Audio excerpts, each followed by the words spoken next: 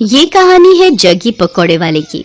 जग्गी की पत्नी सीमा और जग्गी दोनों मिलकर पकौड़े बेचा करते हैं। जग्गी के पकौड़े लोगों के बीच काफी प्रसिद्ध हैं। जो एक बार उसकी दुकान में आता है वो बार बार आना चाहता है। पकौड़े खा लो, पकौड़े, गर्मा गर्म पकौड़े, प्याज के पकौड़े, आलू के पकौड़े, मिर्ची के पकौड़े। एक बार खाओगे बार बार आओगे। राजू और उसके दोस्त दिनकर को आज पकौड़े खाने का मन हुआ तो वे नुक्कड़ के पकौड़ों की सबसे फेमस दुकान यानी जग्गी पकौड़े वाले की दुकान की ओर बढ़ चले। आज सही समय पर निकले हम दोनों, नहीं तो जब तक जग्गी की दुकान पर पहुंचते थे उसकी दुकान के सारे पकौड़े खत्म हो जाते थे। आज तो जमकर पकौड़े खाऊंगा। जग्गी के मिर्च वाले पकौड़े तो इतने स्वादिष्ट होते हैं भाई कि क्या बताऊं यार। एक बार मेरी बीवी मुझसे नाराज चल रही थी, उस रोज मैं उसके लिए जग्गी के पकौड़े ले आया। अरे राजू भाई क्या बताऊं, एक वो दिन है और आज का दिन है। मेरी बीवी मेरे से ऊंची आवाज में बात तक नहीं करती, नाराज होना तो छोड़ ही दो। राजू और दिनकर बातें करते हुए जग्गी की दुकान के बिल्कुल नजदीक पहुंच गए थे। तभी उन्हें दूर से जग्गी की दुकान पर भारी भीड़ दिखाई दी। अरे दिनकर भाई, कहीं आज भी हम लोग लेट तो नहीं हो गए? देख रहे हो जग्गी की दुकान के बाहर लोगों की भीड़। दिनकर दुकान की ओर देखता है, लेकिन एक बात उसे अजीब सी लगती है। उसने देखा कि दुकान के बाहर जितने लोग थे लगभग सभी के हाथ में डंडे थे, कुछ ने पत्थर भी उठा रखे थे। अरे राजू भाई, भीड़ तो दिख रही है, लेकिन भीड़ में लोगों ने डंडे और पत्थर क्यों उठा रखे हैं? कहीं कोई गड़बड़ है क्या? उन्हें कुछ समझ आता उससे पहले लोगों के जोर जोर से चिल्लाने की आवाज आने लगी और सभी गुस्से में कह रहे थे, मारो मारो मारो, इसे छोड़ना नहीं है, मार इसको, मार। उसके बाद दिनकर और राजू ने देखा कि वहाँ खड़ी भीड़ जग्गी को दुकान से खींचकर बाहर निकाल रही है। बाहर निकल, बाहर निकल, निकल। आज हम तुम्हें तुम्हारी हरकतों की वो सजा देंगे कि तू जिंदगी भर याद रखेगा। ये कहकर भीड़ में खड़े एक आदमी ने डंडे का जोर का प्रहार जग्गी पर किया। जग्गी दर्द से कराहने लगा। उसके बाद तो कई लोग डंडे से उसे मारने लगे। उसके सिर से खून निकलने लगा। वो लोगों के आगे हाथ जोड़कर माफी मांगने लगा। छोड़ दीजिए मुझे। तुम्हें छोड़ दो हैं? तुम्हारे जैसे बेशर्म पकौड़े वाले को छोड़ना मतलब तुम्हें गलत काम करने की छूट देना। ये कहकर भीड़ में से ही एक आदमी ने अपने हाथ में लिया पत्थर उठाया और उसकी ओर तान दिया। ये देखकर जग्गी दुकान से निकलकर तेजी से भागने लगा। ये लोग तो मेरी जान ही ले लेंगे, मुझे किसी भी तरह यहाँ से निकलना होगा। जग्गी आगे आगे भाग रहा था और गुस्साई भीड़ उसके पीछे। राजू और दिनकर को अभी भी समझ नहीं आ रहा था कि आखिर ऐसा क्या हो गया कि लोग जग्गी के पीछे पड़े हैं। लोग उसे बेशर्म पकौड़े वाला क्यों कह रहे हैं? लोगों के इस तरह जग्गी पर भड़कने का कारण समझने के लिए कुछ समय पीछे जाना पड़ेगा।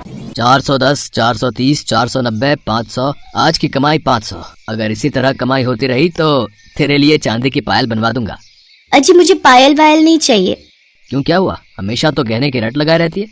हाँ गहने मुझे चाहिए, लेकिन ईमानदारी के पैसे से। अरे तो मैं कौन सा स्मगलिंग कर रहा हूँ, ईमानदारी से ही तो पैसे कमा रहा हूँ। देखिए जी, ये आपको भी पता है आप कैसे पैसे कमा रहे हैं। पकौड़ों को बनाने के लिए आप क्या करते हैं? अगर किसी को पता लग गया ना तो फिर बवाल हो जाएगा, कोई आपको छोड़ेगा नहीं। अरे तू चुपचाप रह, फालतू की बड़बड़ मत कर। मुझे जैसे बेचना है पकौड़े मैं वैसे ही बेचूंगा। जग्गी बहुत ही बेशर्म इंसान था। वो पकौड़े तो बेचता था लेकिन बहुत ही गंदे तरीके से। वो पकौड़े के गोलों को पहले अपने गंदे बगल के तले दबाता और फिर पकौड़ियाँ तलता। उसे ये सब करने में बहुत मजा आता था। ये हो गए पकौड़े के गोले तैयार। अब इसे दबाता हूँ अपने गंदे बदबूदार बगल के तले। ये लो, ये दब गया। अब इसे डालता हूँ कढ़ाई में। ये कहकर उसने पकौड़ों को कढ़ाई में डाला। कढ़ाई से निकलने के बाद उसने पकौड़ों की ओर गौर से देखा और मन ही मन मुस्कुराते हुए बोला, ये लो, ये हो गए मेरे असली पकौड़े तैयार। सीमा मुझे और बेसन दे, मुझे पकौड़ों के और गोले बनाने हैं। सीमा अपने पति को हर दिन ये गंदी हरकत करते देखती और उसे टोकती, लेकिन वो अपनी बेशर्मी से बाज नहीं आता था। अरे ये तो क्या हर दिन चिक चिक करती रहती है, हैं? क्या करती रहती है? मैं कोई गलत नहीं कर रहा। ये तो किताबों में लिखा है कि पसीने की कमाई का मोल ही अलग है, और मैं तो पसीने की ही तो कमाई कर रहा हूँ। मेरे बगल के, यानी मेरे बगल के पसीने की कमाई। अरे वही तो पकौड़ों में स्वाद भर देते हैं और लोग बार बार हमारी दुकान में आते हैं। ले तू भी खा मेरी पसीने की कमाई के पकौड़े। मुझे नहीं खाने आपके पकौड़े, लेकिन मैं अब भी कह रही हूँ आप ये बेशर्मी छोड़ दीजिए, नहीं तो ये एक दिन आप पर ही भारी पड़ेगी। लेकिन जग्गी पर अपनी बीवी की बातों का कोई प्रभाव नहीं पड़ता। वो अपनी बेशर्मी जारी रखता और अपने ग्राहकों को जो उस पर इतना विश्वास करते थे उन्हें पसीने से सने गंदे पकौड़े देता। समय इसी तरह बीत रहा था और जग्गी की बेशर्मी भी जारी थी। इस बीच सीमा गर्भवती हो गई। सीमा बहुत खुश थी। जग्गी भी ये खबर सुनकर बहुत खुश था। वाह सीमा वाह, देख रही हो भगवान की कृपा कैसे भर भर कर बरस रही है हम पर। हाँ देख रही हूँ, तभी तो आपको कहती हूँ अब तो वो काम छोड़ दीजिए, अब हमारा बच्चा आने वाला है। अरे तो फिर से शुरू हो गई, तुझे क्या दिक्कत है, हैं? क्या दिक्कत है मेरी तरक्की से? कभी कभी तो लगता है कि तुम मेरी सबसे बड़ी दुश्मन है।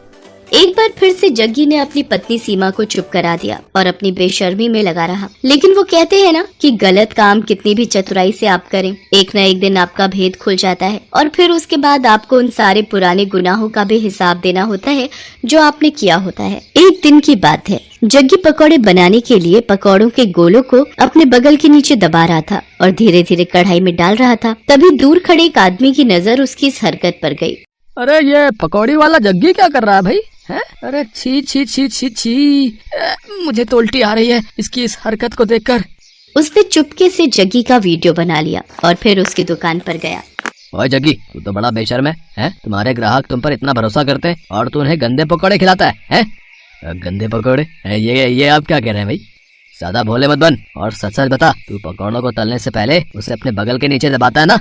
छी छी छी छी, ये आप क्या कह रहे हैं साहब? भला ऐसा कौन करता है? मैं तो पूरी सफाई से अपना काम करता हूँ। क्यों सीमा, बताना साहब को।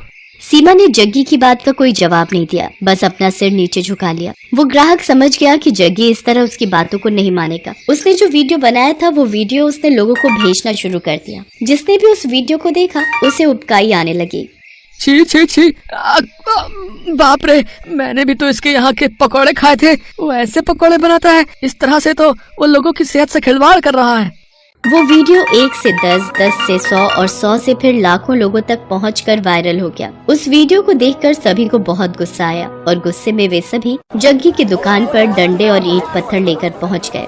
आज छोड़ना नहीं इसको, इसकी सारी बेशर्मी आज हम निकाल देंगे, मार देंगे इसे। हाँ, आखिरकार लोगों ने उसे पकड़ लिया। एक बार फिर से सभी उसकी पिटाई करने लगे। तभी उसकी पत्नी सीमा भागती हुई वहाँ आई और लोगों के आगे हाथ जोड़ते हुए उसने कहा, मैं जानती हूँ कि इनकी गलती माफ करने के लायक नहीं है। इन्होंने आप लोगों के विश्वास का खून किया है, आप लोगों की सेहत के साथ खिलवाड़ किया है, लेकिन आप लोग इन्हें मार देंगे तो मेरा बच्चा जो अभी मेरी कोख में है उसके सिर से पिता का साया उठ जाएगा। भगवान के लिए मेरे कोख के बच्चे पर रहम कीजिए और इन्हें छोड़ दीजिए। एक गर्भवती औरत की गिड़गिड़ाहट को सुनकर लोगों का दिल पसीज गया और उन्होंने इस वादे के साथ जग्गी की जान बख्शी कि भाई कान खोल के सुन लो, हम तुम्हें छोड़ तो रहे, लेकिन अब कभी इस तरह और इस जगह पकौड़े ये नहीं बेचेगा, इसे ये जगह छोड़नी होगी।